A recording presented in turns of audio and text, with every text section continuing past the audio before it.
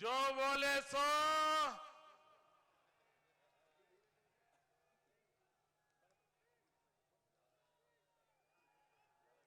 परम आदरणीय पंजाब के लोकप्रिय मुख्यमंत्री सरदार प्रकाश सिंह बादल जी, यहां के उप मुख्यमंत्री,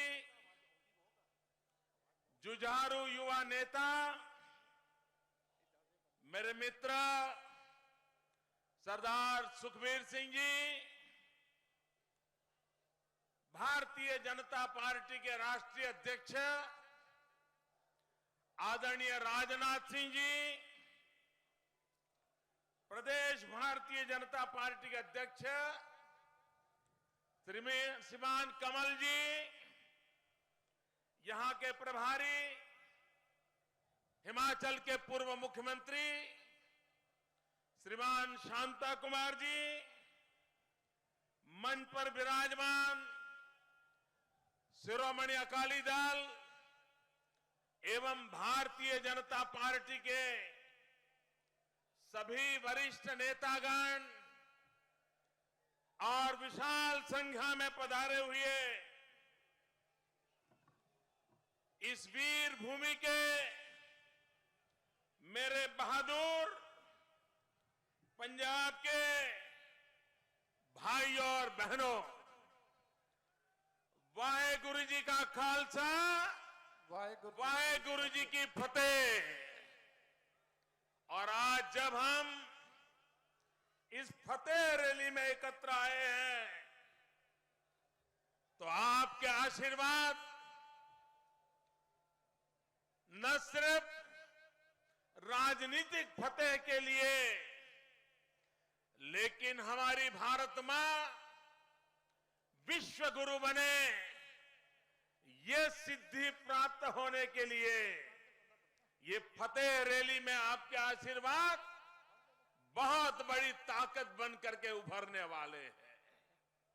भाइयों बहनों, पंजाब के साथ मेरा विशेष नाता रहा है, गुजरात का विशेष नाता रहा है।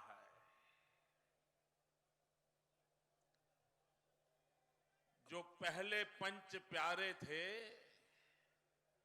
उन पहले पंच प्यारों में एक मेरे गुजरात का था, द्वारिका का था और दर्जी था। और वो पहले पंच प्यारों में गुजरात का भी नाम बना था। और इसलिए हम गुजरात का पंजाब के साथ एक खून का रिश्ता बना हुआ है, एक आदर्शों का रिश्ता बना हुआ है, एक वीर बलिदानी परंपरा की भक्ति का रिश्ता बना हुआ है। इतना ही नहीं, मुझे आज इस बात को कहने में खुशी हो रही है कि जब गुरु नानक देव गुजरात पधारे थे और लखपत के गुरुद्वारे में, कच्छ में आज भी गुरु नानक देव की पादुकाओं को संभाल के रखा गया है। मेरे पंजाब के बहुत कम लोगों को पता होगा कि लखपत का वो गुरुद्वारा जिसके साथ गुरु नानक देव की स्मृतियां जुड़ी हुई है, वो सिंध जाने से पहले लंबे अरसे तक लखपत के में रुके थे। भूकंप में ये हमारा गुरुद्वारा नष्ट हो गया, बहुत बड़ा नुकसान हुआ। और भूकंप के बाद मुझे वहां मुख्यमंत्री काम के नाते जाने का जिम्मा मिला। और जैसे अभी सुखबीर जी बता रहे थे, मैं इसी धरती पर काम कर रहा था और यहीं से मुझे नया दायित्व आया था और इसलिए यहां का दायित्व छोड़ करके वहां गया था। जब मैं मुख्यमंत्री के रूप में वहां गया और सबसे पहले मैंने कच्छ के भूकंप पीड़ितों की सेवा का काम आरंभ किया और तब जाकर के लखपत में ये गुरुद्वारे की दुर्दशा देखी। भूकंप के कारण वो टूट चुका था।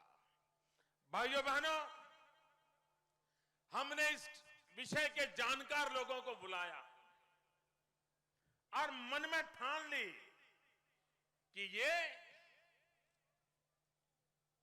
पूरी मानव जात की एक अनमोल विरासत है। ये सिर्फ गुरुद्वारा नहीं है, ये गुरु नानक देव की स्मृतियों से जुड़ा हुआ है। हम दोबारा वैसा ही गुरुद्वारा बनाएंगे। जिस प्रकार का आर्किटेक्चर था, जिस प्रकार की मिट्टी का उपयोग किया गया था, जिस प्रकार से हर काम को बारीकी से सदियों पहले किया गया था, वैसा ही किया जाएगा। इसके लिए हमने गुजरात बाहर से एक्सपर्ट बुलाए। उस समय की उस प्रकार की मिट्टी कैसे प्राप्त हो सकती है, उसका संशोधन किया और भाइयों बहनों, वैसा ही गुरुद्वारा हमने पुनर्निर्माण किया और आज उसको दुनिया की विरासत के अंदर स्थान मिला है। एक ग्लोबल हेरिटेज के रूप में उसको माना जाता है। बोले सो निहाल।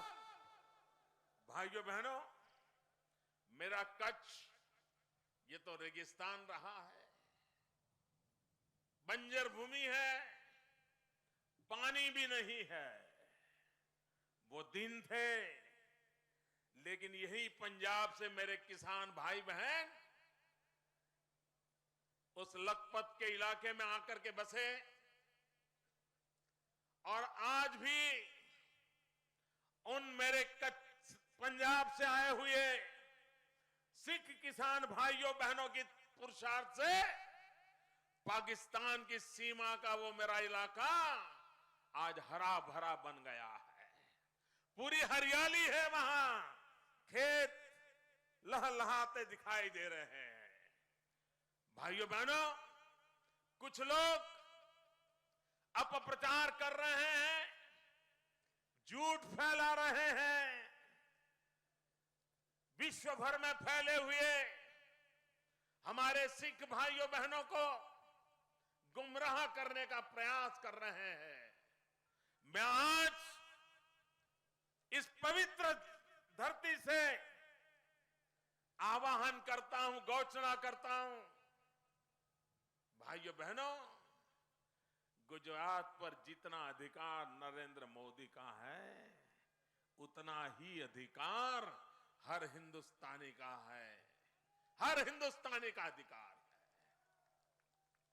भाइयों बहनों, बादल साहब हमारे यहां कृषि महोत्सव का उद्घाटन करने के लिए आए थे और कच्छ के अंदर किसान जो है हमारे सरदार, वो सारे सिख किसान बादल साहब से मिलने आए थे। उन्होंने हर एक के साथ व्यक्तिगत बात की थी और भाइयों बहनों, वो झूठ का पुलिंदा जो चल रहा था, उसकी हवा निकल गई थी। और भाइयों बहनों, मैं विश्वास दिलाना चाहता हूं कि कच्छ की धरती पर और गुजरात की धरती पर खेती के काम में लगा हुआ मेरा कोई भी सिख भाई, उसको कभी भी गुजरात छोड़ने की नौबत नहीं आएगी। इतना ही नहीं, अगर कोई अफसर गलती करेगा, वो अफसर जाएगा, लेकिन मेरा सिख किसान गुजरात से नहीं जाएगा। ये मैंने पहले से तय किया हुआ है और आज मैं दोबारा उसकी घोषणा करता हूं। भाइयों बहनों, झूठ फैलाने वाले, लोगों को गुमराह करने वाले देश की एकता को बहुत बड़ा नुकसान करते हैं। हमारा देश विविधताओं से भरा हुआ है। हर जाति के, हर कौम के, हर पहनवेश के, हर भाषा के लोग ये हिंदुस्तान बनाते हैं। और इसलिए आज से तो हिमाचल, कश्मीर से कन्याकुमारी, ये देश एक है। यहां का जन जन एक है और यहां के जन जन का अधिकार हर भूमि के क्षेत्र पर है। इस भाव को लेकर के चलने वाले हम लोग हैं। भाइयों बहनों, आज भी विश्व भर में दो समाज फैले हुए हैं। दुनिया के किसी भी देश में जाइए, आपको वहां हमारा सिख परिवार मिलेगा और साथ साथ कोई न कोई गुजराती परिवार भी मिलेगा। पूरे विश्व में गुजराती और सिख कंधे से कंधा मिलाकर के रह रहे हैं। कंधे से कंधा मिलाकर विकास और प्रगति की राह पर चल रहे हैं। इसलिए भाइयों बहनों, जो लोग इस प्रकार से गुमराह करने की कोशिश कर रहे हैं, उनसे हमें जागरूक रहने की आवश्यकता है। और भाइयों बहनों, पंजाब की धरती पर शिरोमणि अकाली दल और भारतीय जनता पार्टी का गठबंधन, ये गठबंधन सिर्फ राजनीतिक गठबंधन नहीं है। ये चुनाव लड़ने के लिए व्यवस्था नहीं है। ये सरकार चलाने के लिए का कारोबार नहीं है।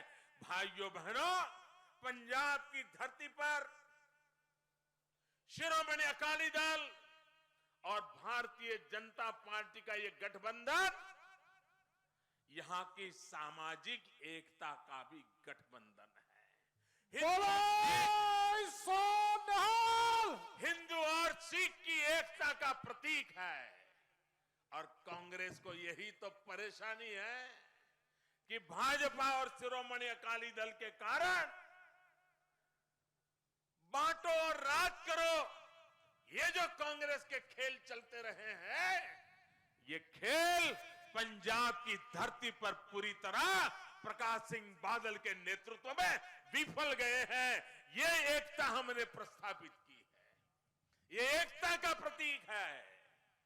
भाइयों बहनों, मैं पंजाब की जनता को एक विशेष रूप से अभिनंदन करना चाहता हूं, क्योंकि पंजाब में सालों से एक परंपरा रही कि 5 साल कांग्रेस की सरकार और बाद में 5 साल हमारी सरकार, और लोग ये मान के ही चलते थे कि हर 5 साल के बाद बदलाव आता है।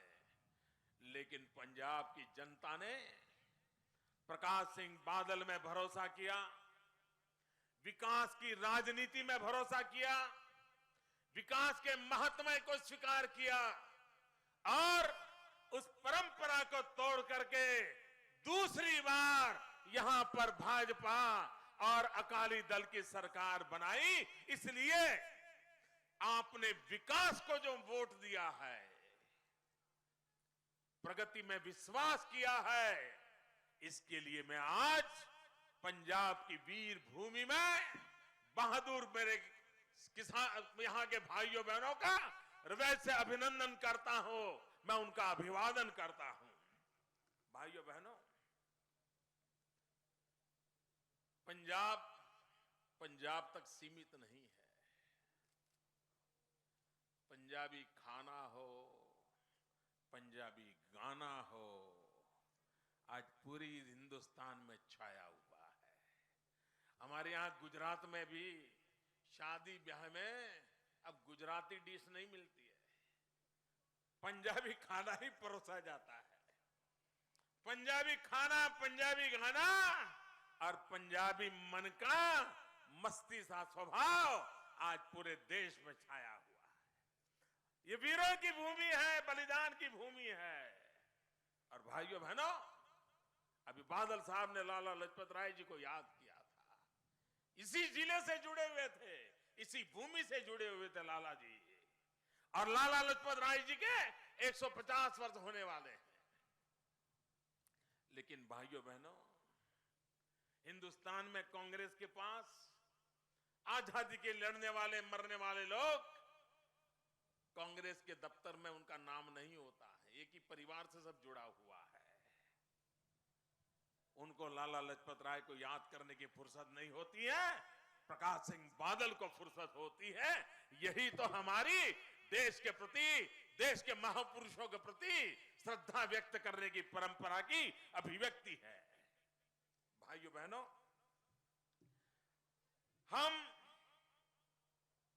जब भ्रष्टाचार की बात करते हैं, मैं हैरान हूं, कांग्रेस के नेता आजकल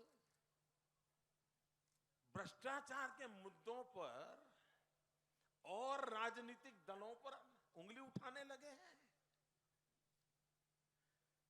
आप पूरी एबीसीडी उठा लीजिए, पूरी एबीसीडी कांग्रेस के भ्रष्टाचार की पहचान बन गई है।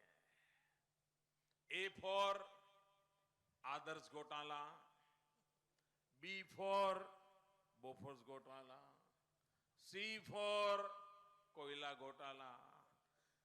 पूरी एबीसीडी कांग्रेस के भ्रष्टाचार की पहचान बन गई है। और वे लोग औरों पे उंगली उठाते हैं। भाइयों बहनों, जब राजीव गांधी देश में राज कर रहे थे, तब तो हिंदुस्तान में पंचायत से लेकर के पार्लियामेंट तक उन्हीं की पार्टी का राज था। वे ही चारों तरफ छाए हुए थे और किसी दल को कहीं कुछ नसीब नहीं हुआ था। ऊपर से नीचे तक कांग्रेस ही कांग्रेस छाई हुई थी। और तब राजीव गांधी ने कहा था कि दिल्ली से 1 रुपया निकलता है तो गांव पहुंचते पहुंचते 15 पैसे हो जाते हैं। भाइयों बहनों, ये राजीव गांधी कांग्रेस पार्टी के प्रधानमंत्री, उन्होंने कहा था कि दिल्ली से रुपया निकलता है, गांव जाते जाते 15 पैसा हो जाता है। मैं पूछना चाहता हूं, ये वो कौन सा पंजा था जो रुपये को घिसता था और रुपया 15 पैसे में पलट जाता था? वो कौन सा पंजा था? भाइयों बहनों, मेरा यह सौभाग्य रहा है क्योंकि मैं सालों तक संगठन का काम करता था। शासन क्या होता है, सरकार क्या होती है, सरकारी कारोबार क्या होता है, मुझे कोई ज्यादा ज्ञान नहीं था, समझ नहीं थी। लेकिन पार्टी के प्रभारी के रूप में मैं हरियाणा, हिमाचल, पंजाब, जम्मू कश्मीर इस इलाके में काम करने लगा। बादल साहब को निकट से काम करते देखा, उनके एक साथी के रूप में यहां काम करता था। शासन वो कैसे चलाते थे, लोगों से कैसे मिलते हैं, प्यार से कैसा कारोबार चलाते हैं, अफसरों का भी कैसा आदर करते हैं, ये चीजें मैंने बारीकाई से देखना शुरू किया। हिमाचल में शांता कुमार जी को देखा, धूमल जी को देखा, हरियाणा में चौधरी देवीलाल जी को देखा, चौधरी बंसीलाल जी के साथ काम किया। अरे इतना ही नहीं, जम्मू कश्मीर में फारूक अब्दुल्ला जी के साथ भी काम किया। इस इलाके के सभी सरकारों को उस समय मुझे बहुत निकट से देखने का अवसर मिला। लेकिन तब मुझे पता नहीं था कि कभी ऐसा काम मेरे जिम्मे भी आ जाएगा। लेकिन यहां से मैं जो सीख करके गया था, बादल साहब जैसे वरिष्ठ नेताओं से जो सीखने की मेरी कोशिश की थी, समझने की कोशिश की थी, वो मुझे गुजरात में जाकर के सरकार चलाने में बहुत काम आई है। और एक प्रकार से इन बड़ों के साथ रहते रहते, उनकी उंगली पकड़ करके चलते चलते हमने शासन में रहते हुए समाज सेवा के संस्कार पाए हैं। और इसलिए भाइयों बहनों, यहीं से मैंने जो शिक्षा दीक्षा पाई है, त्यागी बलिदानी गुरु परंपरा से जो शिक्षा दीक्षा पाई है, और अब जो दायित्व मिला है, तो भाइयों बहनों मैं भी एक सिपाही हूं, सिपाही। और मैं आपको विश्वास देता हूं, मैं दिल्ली में आप मुझे जो जिम्मेवारी देंगे, वो आपकी नजरों में तो प्रधानमंत्री होगा, दुनिया भी उसको प्रधानमंत्री मानेगी, संविधान भी उसको प्रधानमंत्री कहेगा, लेकिन मैं आपको विश्वास दिलाता हूं, मैं वहां चौकीदार के नाते बैठूंगा। मैं वहां चौकीदार के रूप में बैठूंगा। और मैं आपको विश्वास दिलाता हूं, मैं कभी हिंदुस्तान की तिजोरी पर किसी पंजे को पड़ने नहीं दूंगा। ये मैं आपको भरोसा देता हूं। देश की तिजोरी में गरीब का पैसा होता है, देश की तिजोरी का पैसा गरीब के कल्याण के लिए काम आता है। और भाइयों बहनों, आज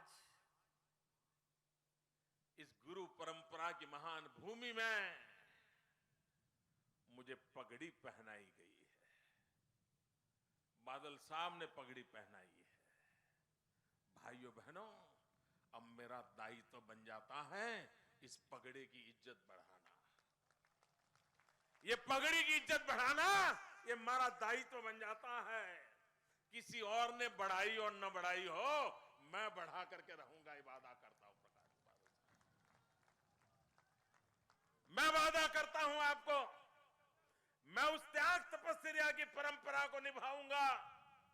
मेरे पंजाब के भाइयों बहनों, आपने जो प्यार दिया है, वैसा ही देश फलेगा फूलेगा, गांव का किसान सुखी होगा। भाइयों बहनों, पंजाब में एक बड़ा अद्भुत संयोजन हुआ है, और मैं मानता हूं ये मॉडल बहुत बढ़िया है। बादल साहब जीवन भर अगर 10 मिनट बात करो तो 10 बार किसान बोलते हैं। 10 बार किसान आएगा ही आएगा उनके मुंह से। उनके दिल दिमाग में गांव, गरीब, किसान, यह हमेशा रहता है। ये बढ़िया जोड़ी बनी है कि सुखबीर जी के दिमाग में आधुनिक भारत रहता है, उद्योग रहते हैं, टेक्नोलॉजी रहती है, अर्बन डेवलपमेंट रहता है। भाइयों बहनों, बड़े बादल साहब का किसान और गांव की चिंता, और छोटे बादल साहब का आधुनिक पंजाब का निर्माण, ये ऐसी जोड़ी बनी है। ये जोड़ी आने वाले दिनों में पंजाब को, हिंदुस्तान को ड्राइव करने की ताकत बना देगा, ऐसा मेरा पूरा विश्वास है भाई। बोलो सोनिहाल। और इसी सोच का परिणाम है कि अभी यहीं पर देश भर के उद्योगपतियों को बुला करके एक सफलतापूर्वक इन्वेस्टमेंट का प्रयास किया गया। कल तक किसानी में लगे हुए लोगों को एक नया, और ये नौजवानों के लिए आशा का किरण बनेगा। तो दूसरी तरफ एक बहुत ही उत्तम प्रकार का किसान मेला लगा करके हमारी कृषि आधुनिक कैसे बने, उसकी चिंता भी बड़े बादल साहब ने की। भाइयों बहनों, अगर हमें देश को आगे बढ़ाना है, तीन बातों पर हमें बल देना होगा। और अगर हम एक में भी उदासीनता बरतेंगे तो कभी न कभी मुसीबतें झेलते रहेंगे। और इसलिए हमें देश के आर्थिक विकास के लिए तीन पिलर के ऊपर हमारी अर्थरचना तो विकसित करना होगा। 1/3 ताकत हमारी कृषि की हो, 1/3 हमारी ताकत मैन्युफैक्चरिंग की हो और 1/3 हमारी ताकत सर्विस सेक्टर की हो। इन तीनों के बलबूते पर हमें हिंदुस्तान की इकोनॉमी को आगे बढ़ाना होगा। उद्योग भी चाहिए ताकि नौजवान को रोजगार मिले, कृषि भी चाहिए ताकि हिंदुस्तान कभी भूखा न रहे, गांव कभी बर्बाद न हो। और भाइयों बहनों, कम से कम पूंजी निवेश से अधिक कमाई वाला क्षेत्र है सर्विस सेक्टर। उसमें भी विशेष करके है टूरिज्म। टूरिज्म को कैसे बढ़ावा मिले? टूरिज्म के क्षेत्र में हिंदुस्तान दुनिया में $3 ट्रिलियन का व्यापार अकेले टूरिज्म में इंतजार कर रहा है। पूरे विश्व को आकर्षित करने की ताकत हिंदुस्तान में है। हमारे पास ऐसी विरासत है, जगत जब उसे देखता है तो चौंक जाता है। लेकिन हम उस क्षेत्र में जितना ध्यान देना चाहिए नहीं दिया है। और इसलिए भाइयों बहनों, हमारे देश में आर्थिक विकास को इन तीनों क्षेत्रों में बढ़ाना होगा। लेकिन जब मैं एग्रीकल्चर की बात करता हूं तो भाइयों बहनों, कुछ मूलभूत बातों पर बल देने की आवश्यकता हुई है। अब जमीन बढ़ने वाली नहीं है। ऊपर से जैसे जैसे परिवार बढ़ेगा तो जमीन के टुकड़े छोटे हो जाएंगे। पहले अगर 2 भाई के पास 20 एकड़ भूमि है तो 4 भाई हो गए तो 5-5 एकड़ हो जाएगी। और इसलिए हम लोगों की प्रायोरिटी होनी चाहिए प्रति एकड़ हमारी उत्पादकता कैसे बढ़े। अगर आज हम 1 एकड़ भूमि में 100 किलो अनाज पैदा करते हैं तो 150 कैसे हो, 200 कैसे हो? इसलिए हमारी कृषि में टेक्नोलॉजी को लाने की जरूरत है, आधुनिक विज्ञान को लाने की जरूरत है। और बादल साहब ने अभी जो कृषि मेला लगाया था वो उसी दिशा का एक उत्तम प्रयास था, ताकि हम हमारी कृषि को आधुनिक बना पाए, टेक्नोलॉजी को हम लाएं। उसी प्रकार से कृषि के साथ मूल्य वृद्धि अब जरूरी हो गई है। अगर हम वैल्यू एडिशन नहीं करेंगे तो हमारा किसान बर्बाद हो जाएगा। उसके पास जो है उसमें वैल्यू एडिशन होना चाहिए। वो टमाटर बेचेगा तो कम पैसा मिलेगा, लेकिन अगर टमाटर का केचप बना करके बेचेगा तो ज्यादा पैसा मिलेगा। अगर केचप भी बढ़िया बोतल में पैक करके बेचेगा तो और ज्यादा पैसा मिलेगा। और अगर वो बोतल कोई नटी हाथ में पकड़ के खड़ी होगी तो शायद और ज्यादा पैसा मिलेगा। ब्रांडिंग और मार्केटिंग, भाइयों बहनों, मूल्य वृद्धि, हमारा किसान जो उत्पादन करता है उस पर मूल्य वृद्धि पर भारत सरकार ने, राज्यों ने एक बहुत बड़ी ताकत देने की आवश्यकता है। भाइयों बहनों, हमारे देश की सरकार मिनिमम सपोर्ट प्राइस घोषित तो करती है, लेकिन बाद में वो सिर्फ अखबार की सुर्खियों तक सीमित हो जाता है। इसमें आमूलचूल परिवर्तन की आवश्यकता है।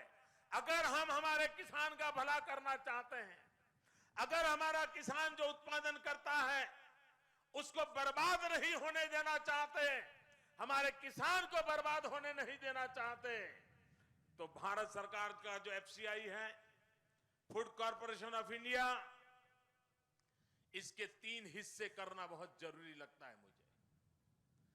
इसी प्रकार से एफसीआई चलेगा तो मैं नहीं मानता हूं मेरे देश के किसान का भला होगा, न ही मेरे किसान ने जो पसीना बहाया है वो पसीना काम आएगा।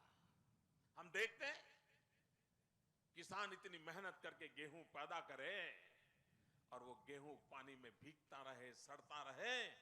दिल्ली में बैठी हुई सरकार को उसकी व्यवस्था करने की फुर्सत नहीं है। और बाद में क्या करते हैं, सुप्रीम कोर्ट ने कहा कि गेहूं गरीबों को बेच दो, बांट दो।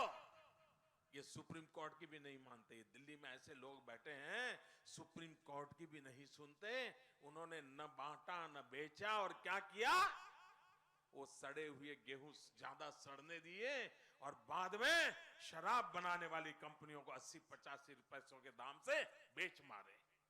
भाइयों बहनों, ये किसान की मेहनत का अपमान है। और इसलिए मैं कहता हूं फूड कॉरपोरेशन ऑफ इंडिया, इसके 3 हिस्से करना जरूरी है। एक के पास जिम्मेवारी हो प्रोक्योरमेंट की, किसानों से खरीदने का जिम्मा उसका हो, उतना ही काम उसका हो, और वो उसी पर फोकस करे, मेहनत करे, और किसानों से ज्यादा प्रोक्योर करने की व्यवस्था करे, ताकि किसान को बाजार में कम दाम से अपना माल बेचने की नौबत ना आए।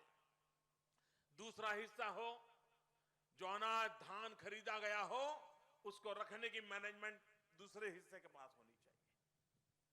मैनेजमेंट अलग होनी चाहिए, और वितरित करने की व्यवस्था, डिस्ट्रीब्यूशन का काम ये तीसरी इकाई के पास होनी चाहिए। जब तक हम फूड कॉरपोरेशन इंडिया के 3 हिस्से नहीं बनाते, तब तक नए वेयरहाउस नहीं बनेंगे, नए कोल्ड स्टोरेज नहीं बनेंगे, नया इंफ्रास्ट्रक्चर खड़ा नहीं होगा। जो इकट्ठा होता है वो समय पर वितरित नहीं होगा। जिस गरीब के घर में वो अनाज पहुंचना चाहिए वो पहुंचेगा नहीं, और गरीब भूखा का भूखा रहेगा, अनाज सड़ता रहेगा, किसान को दाम मिलेंगे नहीं। ये विपरीत व्यवस्था को बदलना चाहिए, और इसके लिए भारतीय जनता पार्टी एनडीए की सरकार उस दिशा में आगे वाली है। भाइयों बहनों, हम चुनाव के मैदान में जाते हैं एनडीए के रूप में, तब हम एक नेशनल डेमोक्रेटिक अलायंस होते हैं। लेकिन जब हम सरकार में बैठते हैं, तब हमारा एनडीए का रूप होता है नेशनल डेवलपमेंट अलायंस। चुनाव के मैदान में एनडीए नेशनल डेमोक्रेटिक अलायंस के रूप में जाता है, सरकार में एनडीए नेशनल डेवलपमेंट अलायंस के रूप में काम करता है, क्योंकि हमारा एक ही मकसद है, विकास। विकास के बिना भाइयों बहनों हम कभी भी प्रयोग नहीं कर सकते। भाइयों बहनों, ये हमारा इलाका, चाहे हिमाचल हो, हरियाणा हो, पंजाब हो, इधर राजस्थान का इलाका हो, ये हमारी वीर भूमि है। कोई परिवार ऐसा नहीं होगा जिसके परिवार में से कभी न कभी किसी ने सेना में सेवा न की हो, युद्ध की भूमि में जाने का अवसर न आया हो, मां भारती की रक्षा न की हो।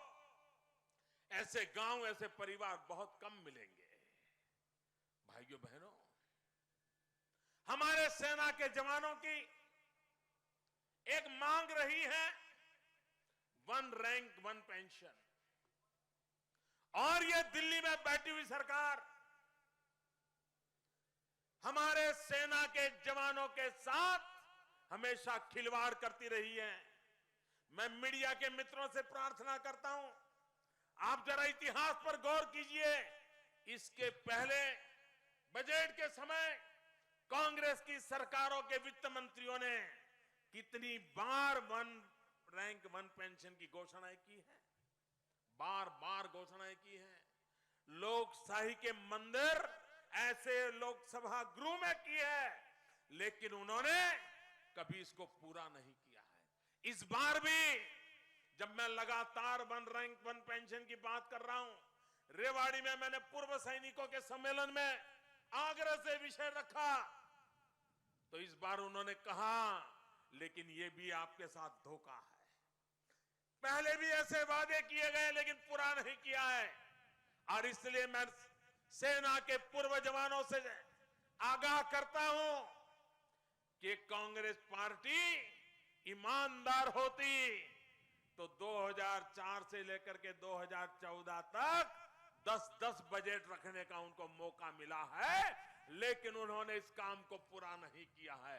और इसलिए भाइयों बहनों, अटल बिहारी वाजपेयी अगर 2004 में उनकी सरकार बन गई होती, मैं दावे से कहता हूं 1 रैंक 1 पेंशन का काम पूरा हो गया होता।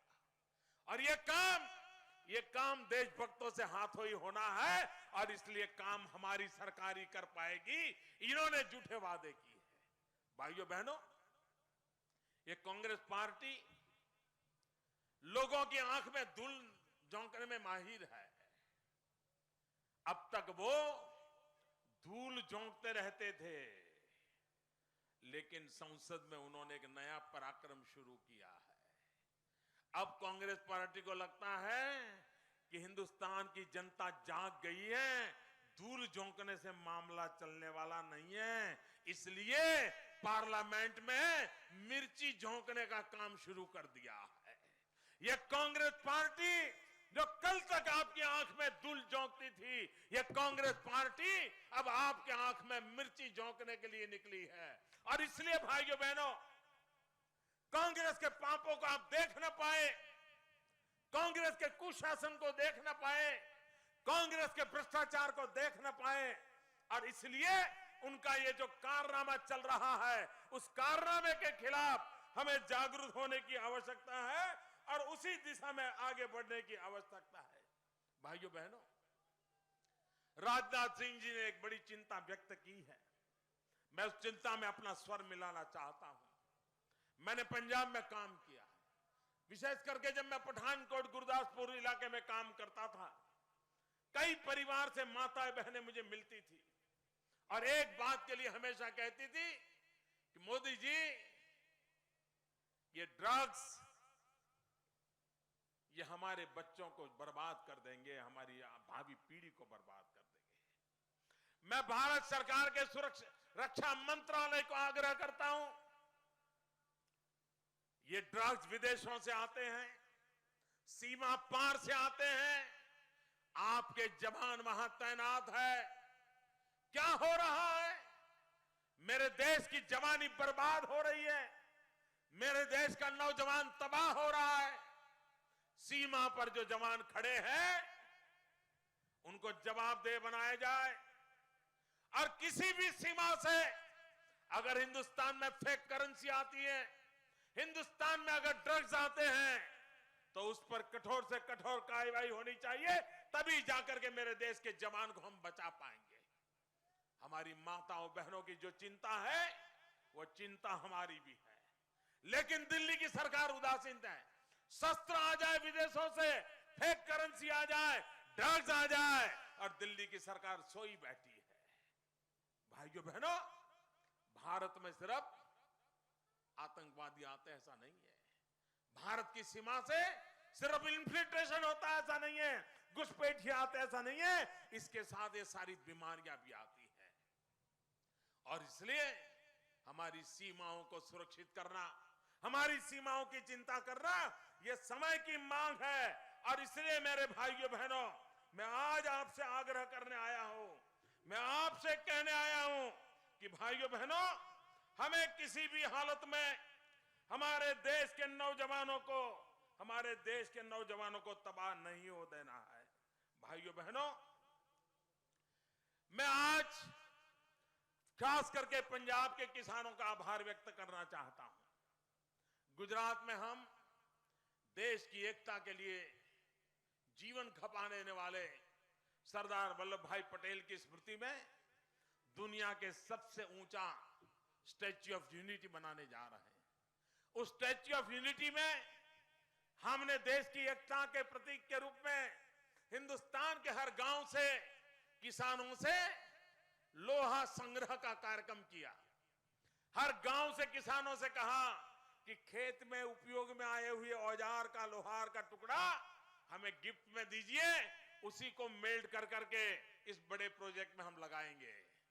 मैं बादल साहब का आभारी हूं कि इस प्रोजेक्ट की शुरुआत पंजाब में उन्होंने अपने गांव से की थी और अपने गांव से हमें एक लोहा भेजा था और बाद में पूरे पंजाब ने ये स्टैच्यू ऑफ यूनिटी के काम में हमें जो सहयोग किया है, गांव-गांव ने किया है, किसानों ने किया है, मैं उनका बहुत बहुत आभार व्यक्त करता हूं। भाइयों बहनों, आपने मेरा सम्मान दिया है और जब आज पंजाब से आशीर्वाद लेकर के मैं जा रहा हूं तब मैं इतना ही कहूंगा, देह शिवा बर मोहे इहे, देह शिवा बर मोहे इहे, शुभ कर्णम ते कबहू न टरू, शुभ कर्मन ते कबहू न टरू। इसी एक मंत्र के साथ मेरे साथ बोलेंगे, भारत माता की।